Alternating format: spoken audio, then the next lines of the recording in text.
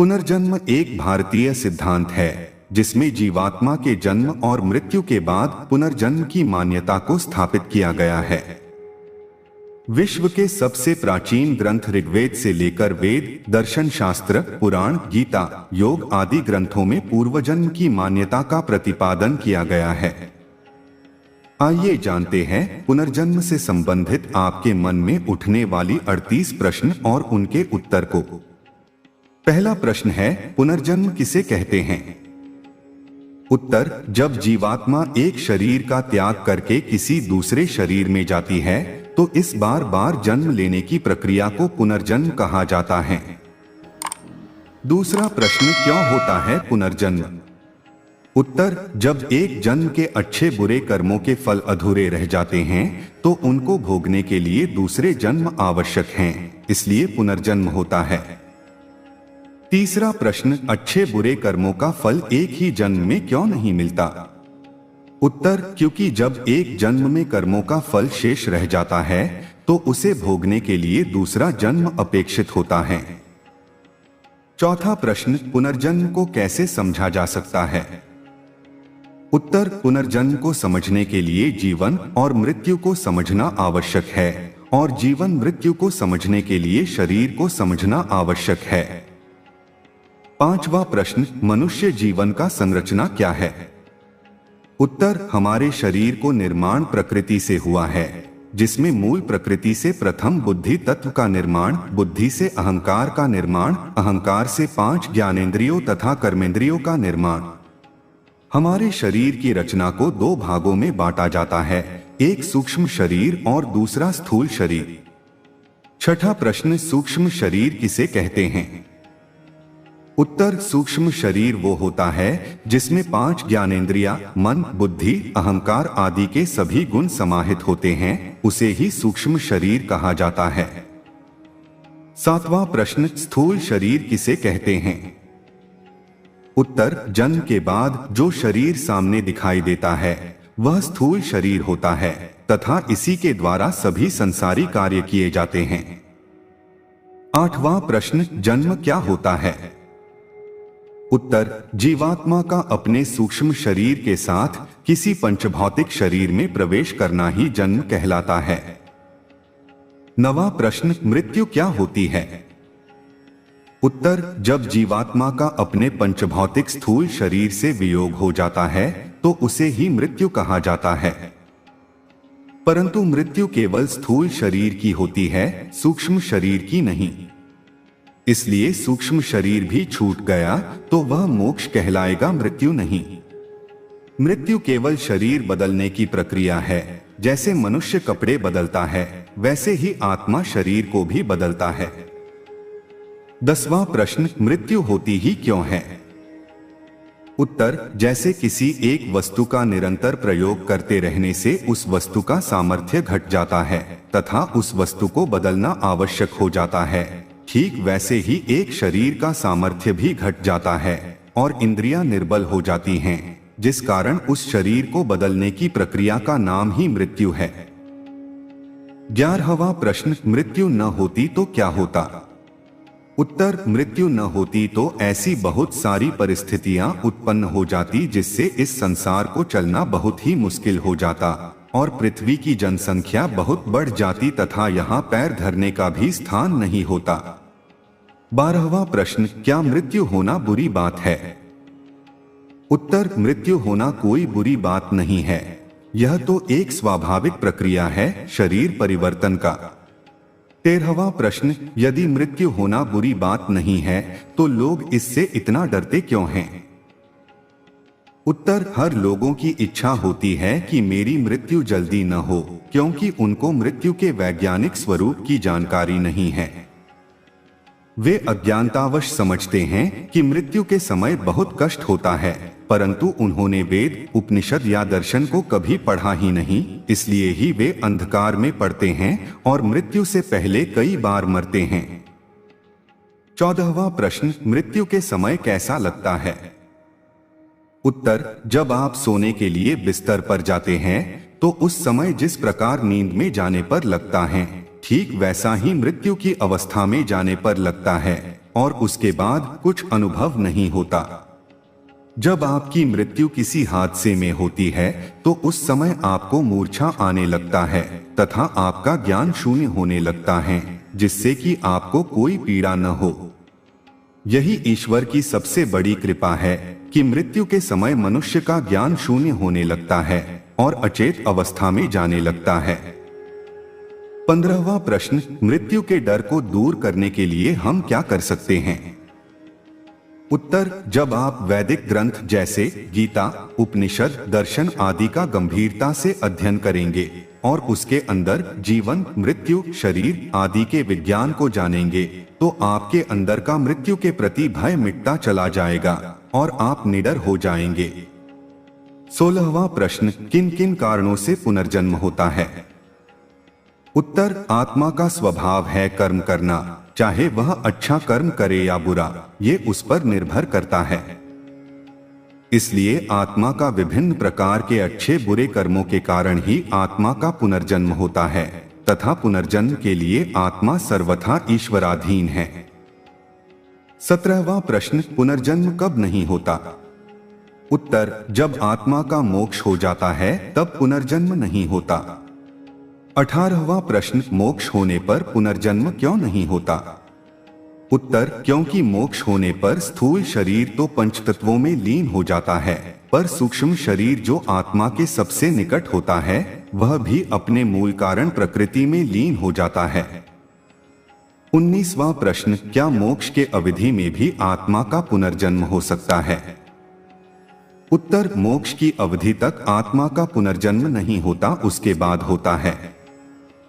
20वां प्रश्न, मोक्ष तो सदा के लिए होता है तो फिर मोक्ष की एक निश्चित अवधि कैसे हो सकती है? उत्तर, सीमित कर्मों का कभी असीमित फल नहीं होता, इसलिए यौगिक दिव्य कर्मों का फल हमें ईश्वरीय आनंद के रूप में मिलता है और जब मोक्ष की अवधि समाप्त होती है तो दोबारा से आत्माएं शरीर को धारण करती है।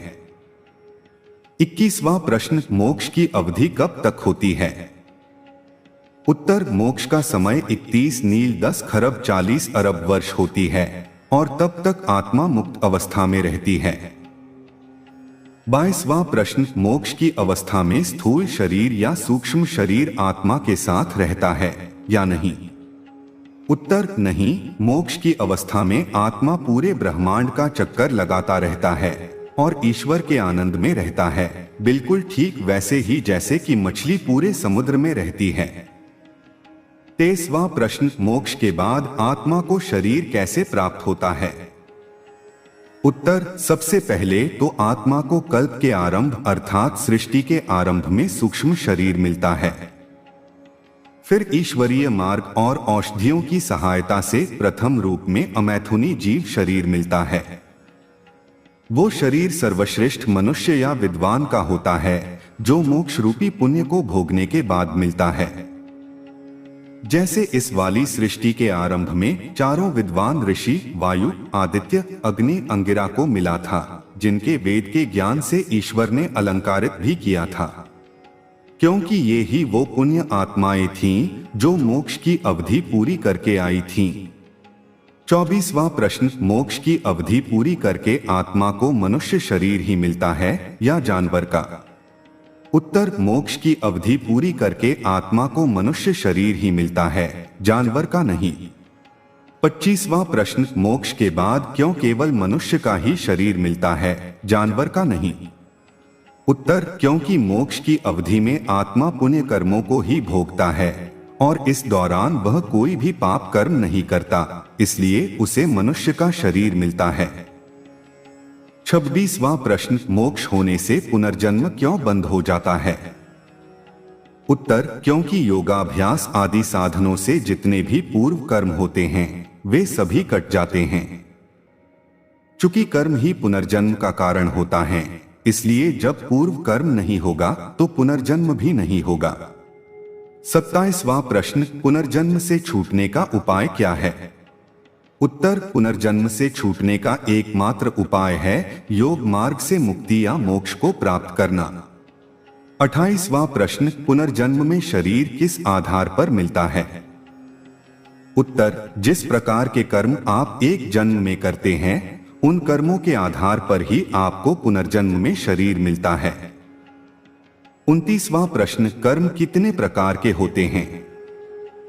उत्तर, मुख्य रूप से कर्मों को 3 भागों में बांटा गया है, सात्विक कर्म, राजसिक कर्म तथा तामसिक कर्म, जिसमें सत्य भाषण, विद्या अध्ययन, परोपकार, दान, दया तथा सेवा आदि सात्विक कर्म कहलाते हैं, जबकि मिथ्या भाषण, क्रीड़ा, स्वाद लोलुपता, स्त्री आकर्षण तथा चलचित्र आदि राजसिक कर्म कहलाते हैं। इसी तरह चोरी, जुआ, ठगी, लूट मार तथा अधिकार हनन आदि तामसिक कर्म कहलाते हैं। और जो कर्म इन तीनों से बाहर होते हैं वे दिव्य कर्म कहलाते हैं, जो कि ऋषियों और योगियों द्वारा किए जाते हैं।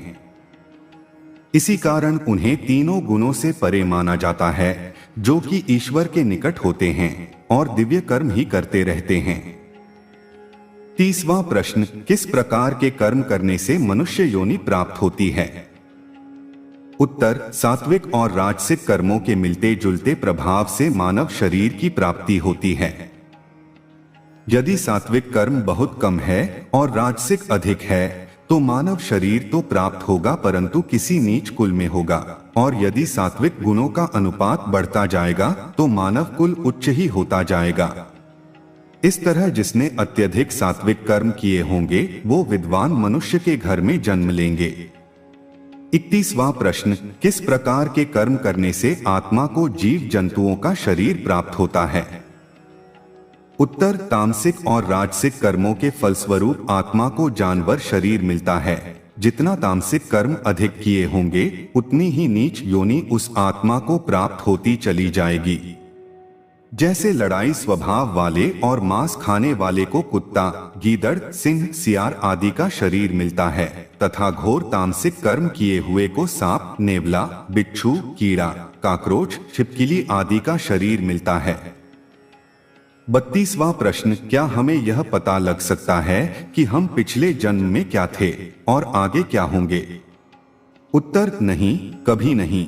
सामान्य मनुष्य को यह पता नहीं लग सकता, क्योंकि यह केवल ईश्वर का ही अधिकार है कि हमें हमारे कर्मों के आधार पर शरीर दे, वही सब जानते हैं। 33वां प्रश्न, हमें कैसे पता चल सकता है कि हम पिछले जन्म में क्या थे? उत्तर, केवल एक सिद्ध योगी ही यह जान सकता है कि हम पिछले जन्म में क्या थे, क्योंकि योगाभ्यास से उसकी बुद्धि अत्यंत तीव्र हो चुकी होती है, इसलिए वह ब्रह्मांड एवं प्रकृति के महत्वपूर्ण रहस्य को अपनी योग शक्ति से जान जाता है। 34वां प्रश्न, कैसे एक योगी भूत भविष्य सब जान लेता है? उत्तर, क्योंकि उस योगी को बाह्य इंद्रियों से ज्ञान प्राप्त करने की आवश्यकता नहीं रहती, वह अंतः मन और बुद्धि से सब जान लेता है, इसलिए उसके सामने भूत और भविष्य दोनों सामने आ खड़े होते हैं। 35वां प्रश्न, पुनर्जन्म का कोई प्रमाण है या नहीं? उत्तर, हाँ है। जब किसी छोटे बच्चे को देखो तो वह अपनी माता के स्तन से सीधा ही दूध पीने लगता है, जो कि उसको बिना सिखाए आ जाता है, क्योंकि ये उसका अनुभव पिछले जन्म में दूध पीने से रहा होगा, वरना बिना किसी कारण के ऐसा हो नहीं सकता। दूसरा यह कि जब आप बच्चे को कमरे में अकेला छोड़ते हैं तो वो कभी कभी हंसता भी रहता है, क्योंकि वह अपने पुराने शरीर द्वारा किए कर्मों को याद करके हंसता है, परंतु जैसे जैसे वह बड़ा होने लगता है धीरे धीरे सब भूल जाता है। 36वां प्रश्न, पुनर्जन्म को सिद्ध करने के लिए कोई उदाहरण है या नहीं? उत्तर, हाँ है। एक बार की बात है, हरियाणा के सिरसा गांव में एक छोटा सा 6 वर्ष का बालक रहता था। एक दिन उसके माता पिता उसे एक स्कूल में घुमाने लेकर गए जिसमें उसका दाखिला करवाना था, परंतु वो बच्चा केवल हरियाणवी या हिंदी भाषा को ही जानता था, अन्य कोई तीसरी भाषा वो समझ तक नहीं सकता था। लेकिन जैसे ही वह केमिस्ट्री लैब में गया, वहां जाते ही उस बच्चे का मुंह लाल हो गया और चेहरे के हाव भाव बदल गए। उसने एकदम फर्राटेदार फ्रेंच भाषा बोलनी शुरू कर दी, जिससे उसके माता पिता बहुत डर गए और तुरंत उस बच्चे को अस्पताल लेकर गए। वहां पर उसकी बातें सुनकर डॉक्टर भी हैरान रह गए, क्योंकि वह फ्रेंच भाषा को अच्छी तरह जानता था, जबकि उसने फ्रेंच भाषा को कभी पढ़ा तक नहीं था। जब उस बच्चे से फ्रेंच भाषा के बारे में पूछा गया तो वह बोला, मेरा नाम साइमन ग्लास्की है और मैं फ्रेंच केमिस्ट हूँ तथा मेरी मौत मेरी प्रयोगशाला में एक हादसे के कारण हुई थी। तो यहाँ देखने की बात यह है कि इस जन्म में उसे पुरानी घटना के अनुकूल मिलती जुलती परिस्थिति से अपना वह सब याद आया जो कि उसकी गुप्त बुद्धि में दबा हुआ था। 37वां प्रश्न, पुनर्जन्म की घटनाएं भारत में ही क्यों होती हैं? पूरा विश्व इसको मान्यता क्यों नहीं देता? उत्तर, ये घटनाएं पूरे विश्व भर में होती रहती हैं और विश्व इसको मान्यता इसलिए नहीं देता क्योंकि उनको वेदानुसार यौगिक दृष्टि से शरीर का कुछ भी ज्ञान नहीं है। वे केवल मांस और हड्डियों के समूह को ही शरीर समझते हैं और उनके लिए आत्मा नाम की कोई वस्तु नहीं है। तो ऐसे में उनको न जीवन का ज्ञान है, न मृत्यु का ज्ञान है, न आत्मा का ज्ञान है, न कर्मों का ज्ञान है, न ईश्वरीय व्यवस्था का ज्ञान है। अगर कोई पुनर्जन्म की कोई घटना उनके सामने आती भी है तो वो इसे मानसिक रोग जानकर उसको मल्टीपल पर्सनालिटी सिंड्रोम का नाम देकर अपना पीछा छुड़ा लेते हैं। 38वां प्रश्न, क्या पुनर्जन्म केवल पृथ्वी पर ही होता है या किसी और ग्रह पर भी? उत्तर, ये पुनर्जन्म पूरे ब्रह्मांड में यत्र तत्र सर्वत्र होता है, क्योंकि न जाने कितने असंख्य सौरमंडल हैं, कितनी ही पृथ्वियां हैं। इसलिए एक पृथ्वी के जीव मरकर ब्रह्मांड में किसी दूसरी पृथ्वी के ऊपर किसी न किसी शरीर में भी जन्म ले सकते हैं। ये ईश्वरीय व्यवस्था के अधीन है। परंतु यह बड़ा ही अजीब लगता है कि मान लो कोई हाथी मरकर मच्छर बनता है तो इतने बड़े हाथी की आत्मा मच्छर के शरीर में कैसे घुस सकती है? क्योंकि यही तो भ्रम है आपका कि आत्मा जो है वो पूरे शरीर में नहीं फैली होती, वो तो हृदय के पास छोटे अनुरूप में होती है। इसलिए सब जीवों की आत्मा एक सी होती है, चाहे वो व्हेल मछली हो, चाहे वो एक चींटी हो।